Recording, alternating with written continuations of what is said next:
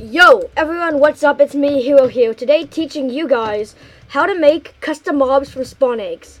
So basically, how spawn egg cool stuff works is basically you have a command block set up to a redstone clock. If you don't know how to make a redstone clock, see my video in the description below how to make a redstone clock. Basically, you have a command block set up to the clock, say entitydata @ name equal the name you want. It can be any name you want. You can name it like Obama or like Donald Trump. It doesn't matter. And then type equal whatever kind of mob you want it to be. It's not required, but it's recommended if you only want it to be a certain type of mob.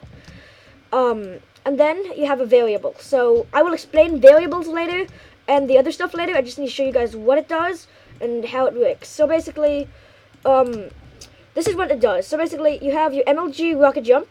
You need a blaze egg.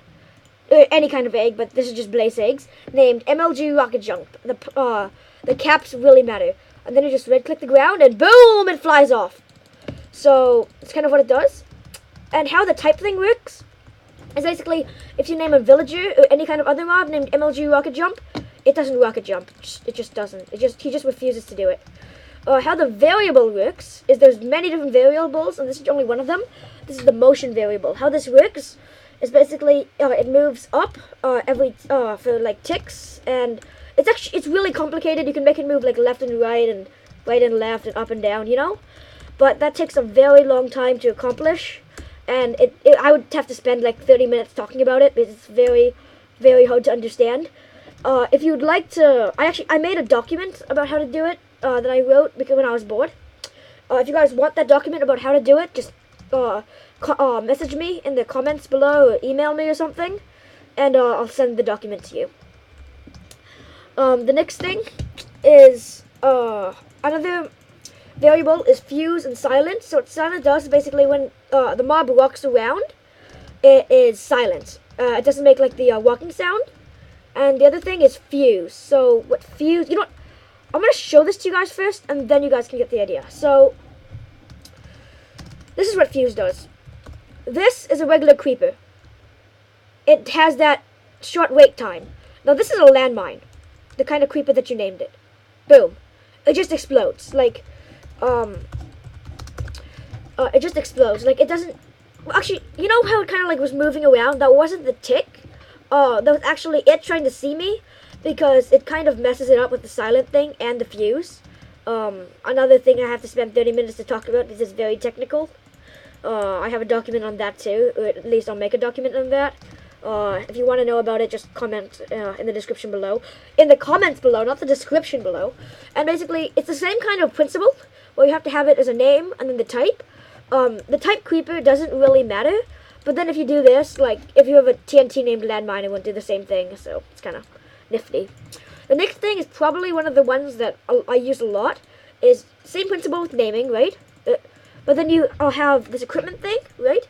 And then the ID of the equipment, and then you do that over and over again with a comma. With the IDs of the like gear you want it to have.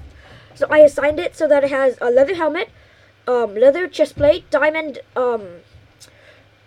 boots, diamond pants, leather boots, and then a bow.